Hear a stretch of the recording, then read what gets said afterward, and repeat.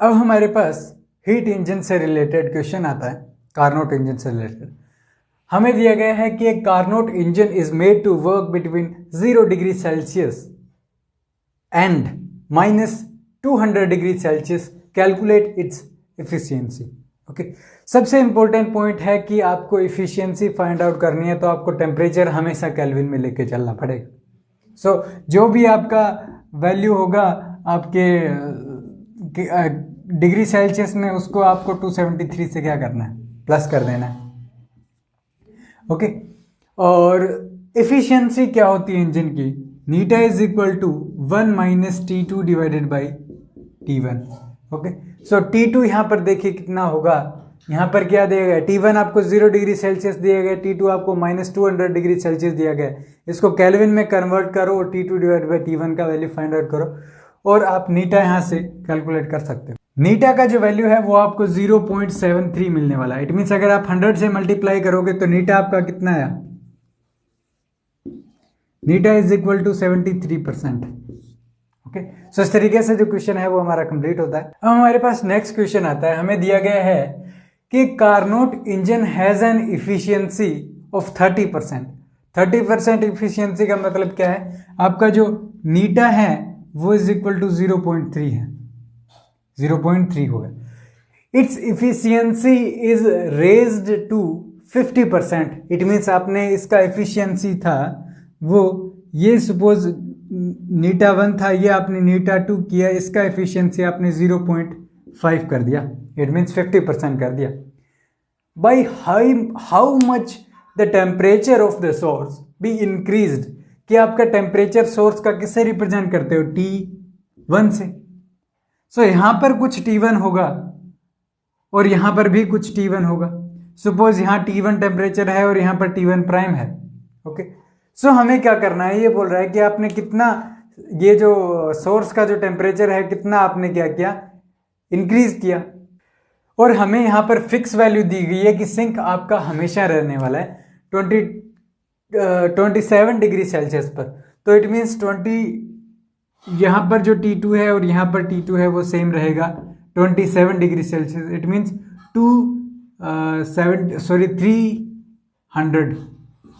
300 kelvin, because 270 plus 273 आप करोगे तो आपका 300 आ रहा है। हमेशा केल्विन में लेके चलना है आपको टेम्परेचर। ओके, सो यहां से हमारे पास वैल्यू आ गई।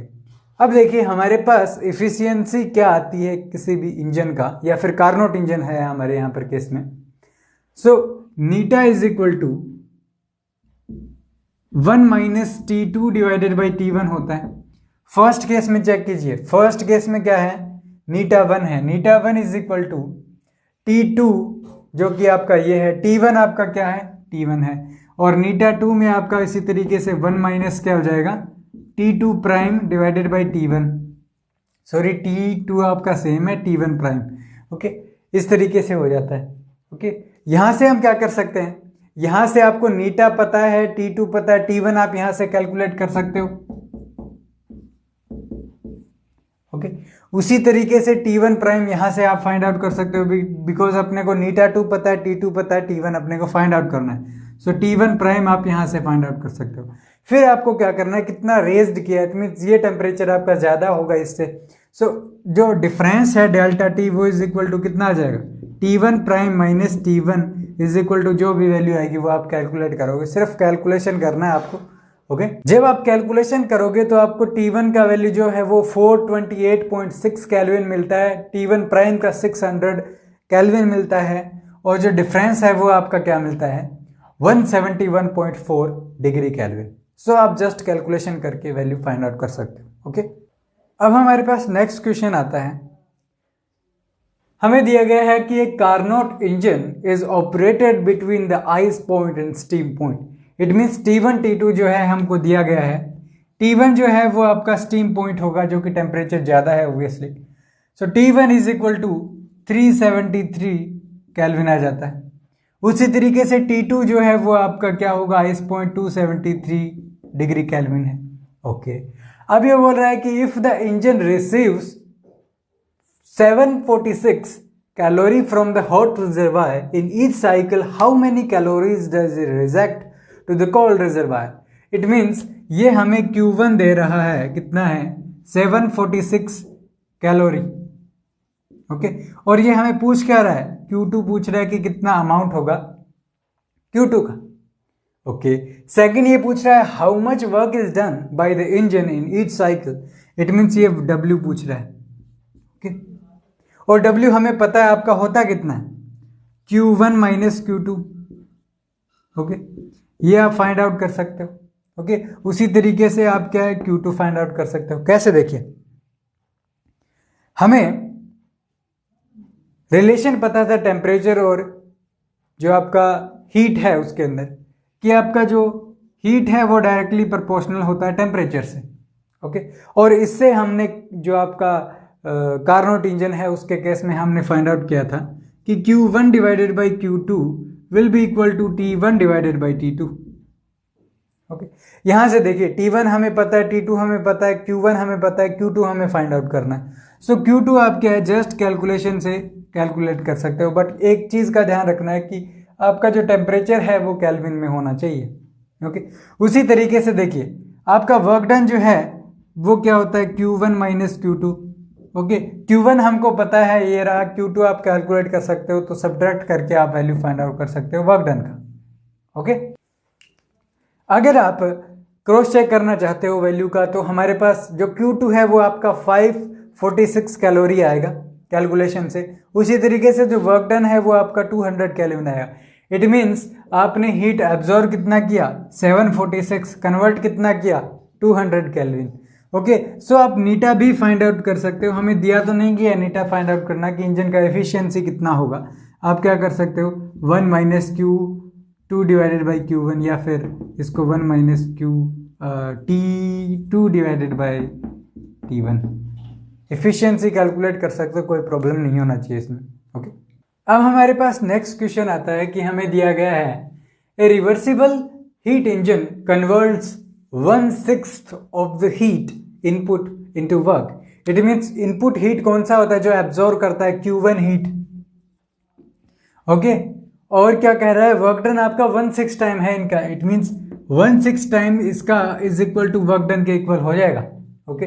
नेक्स्ट क्या बोल रहा है when the temperature of the sink is raised by 62 degree Celsius. It means temperature जो है T2 जो है वो आपका क्या कर दिया आपने T2 प्लस सॉरी माइनस कर दिया आपने, रेड्यूस किया है 62, ओके। अब आप देखिए क्या गलती करते हो यहां पर, आप ऐसे करते हो कि T2 हमने क्या किया T2 माइनस समथिंग कुछ किया, डिग्री सेल्सियस में दिया गया है, ओके। सो आप गलती क्या करते हो, इस डिग्री सेल्सियस को क्या है केल्विन में चेंज करते हो और इसमें से सब्ट्रैक्ट कर देते हो। इट मीन 62 ये तो माइनस हो रहा है, माइनस 273 भी माइनस कर देते हो। तो ऐसा नहीं करना होता, बिकॉज हमें बोला गया 62 डिग्री सेल्सियस रेड्यूस करना है, ओके। और हमें पता क्या है कि आप डिग्री सेल्सियस में कुछ अमाउंट रेड्यूस करो या केल्विन में रेड्यूस करो, वो दोनों इक्वल होंगे। क्यों? Because suppose degree kelvin minus degree kelvin अगर करता हूं, सो इसको मैं चेंज करता हूं, तो सपोज ये K1 K2 है, K1 K2 है। सो यहां पर देखिए 273 plus C1 is equal to minus आपका 273 और माइनस C2, तो आपका C1 माइनस C2 निकल के आता है। इट मीन्स दोनों का जो डिफरेंस है वो आपका इक्वल होगा, बिकॉज 273 से कैंसिल हो जाता है, ओके। इट मीन्स कि यहाँ पर जो 62 दिया गया है वो आपको डिफरेंस दिया गया है कि कितना रेड्यूस होता है, कितना रेड्यूस हो रहा है। सो इसलिए आप इसको किस में चेंज नहीं करोगे, केल्विन में चेंज नहीं करोगे। 62 डिग्री सेल्सियस के अंदर चेंज और केल्विन में चेंज आपका इक्वल होता है। इट मीन्स यहाँ पर आप ओनली 62 लिखोगे, ना कि कुछ और, ओके। अब ये क्या बोल रहा है, इतना अगर आप करते हो तो क्या बोल रहा है, its efficiency is doubled. It means अगर सपोज यहां पर आपका नीटा फ्रीक्वेंसी था, सो इस केस में आपने क्या किया, नीटा जो था वो आपका 2 नीटा में चेंज हो जाता है, डबल हो जाता है आपका एफिशिएंसी।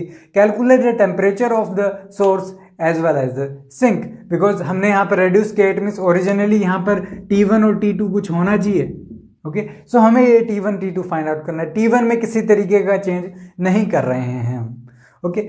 सो सबसे पहले देखिए यहाँ पर नीटा दिया गया है। नीटा क्या होता है आपका, नीटा इज इक्वल टू की वर्क डन कितना कर रहे हो पर यूनिट एब्जॉर्प्शन में, so W divided by Q1 यहां से देखिए कितना है 1 डिवाइडेड बाई 6, सो नीटा जो है वो 1 डिवाइडेड बाई 6 आता है हमारा फर्स्ट वाले में। ओके, अब देखिए यहां से हमारे पास एक एक्सप्रेशन और होता है आपका नीटा का, क्या होता है 1 minus T2 divided by T1। Okay, it means यहां से मैं एक रिलेशन और निकाल सकता हूं, कैसे T1 T2 में रिलेशन आ सकता है ना मेरा, कैसे देखो इसके अंदर देखिए आप अगर मल्टीप्लाई करोगे इसका 6 का तो ये आपका इधर आ जाता है T2 divided by T1 is equal to यहां से 1 minus 1 divided by 6, it means ये आपका आ जाता है 5 डिवाइडेड बाई 6। सो यहां से आप क्या कह सकते हो कि T2 is equal to 5 divided by 6 into T1, ये आपका एक रिलेशन यहां से आ जाता है। सो T1 T2 में हमारे पास एक रिलेशन है, अगर हमें एक रिलेशन और मिल जाए तो हम T1 T2 दोनों की वैल्यू फाइंड आउट कर सकते हैं। ओके, अब देखिए क्या करेंगे, हमें सेकंड जो टर्म है उसका यूज करना पड़ेगा। हम क्या बोल रहे हैं कि नीटा आपका 2 टाइम्स हो जाता है, इट मीन्स 2 टाइम्स नीटा कब होगा 1 divided by 6 into 2 is equal to 2 times हो जाएगा। तब देखिए आपका जो नीटा है वो is equal to 1 minus T2 कितना है, T2 यहां पर चेंज हो जाता है, T2 आपने रेड्यूस कर दिया 62 times, it means T minus 62 divided by T1 और ये आपका T2 है।